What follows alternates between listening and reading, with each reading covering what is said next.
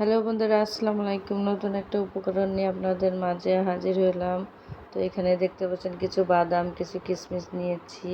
এখানে ঘি আছে, গরম মশলা, তারপর জর্দা রং, পোলাও চাল হাফ সেদ্ধ করে নিয়েছি। কি রান্না করব তা হয়তো বুঝতে পেরেছেন। এবং আমি একটা মালাই জর্দা বানাবো। আমার মালাই জর্দাটা খুব পছন্দ। হঠাৎ করে মনে হলো যে মিষ্টি কিছু রান্না করি, তো যেই মনে চেয়েছে সেই কাজ শুরু করে দিয়েছি।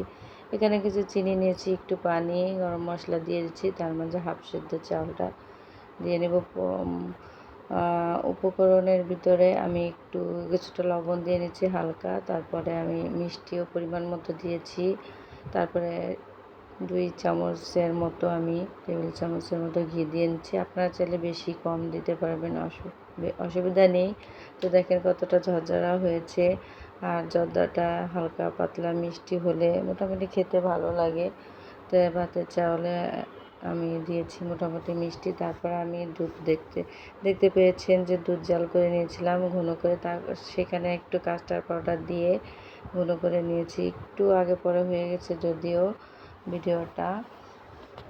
তো এইভাবে আমি দুধটা জাল করে ঘন করে তারপরে মালাইটা তৈরি করে নিয়েছি, সেটাই আমি দিয়েছি।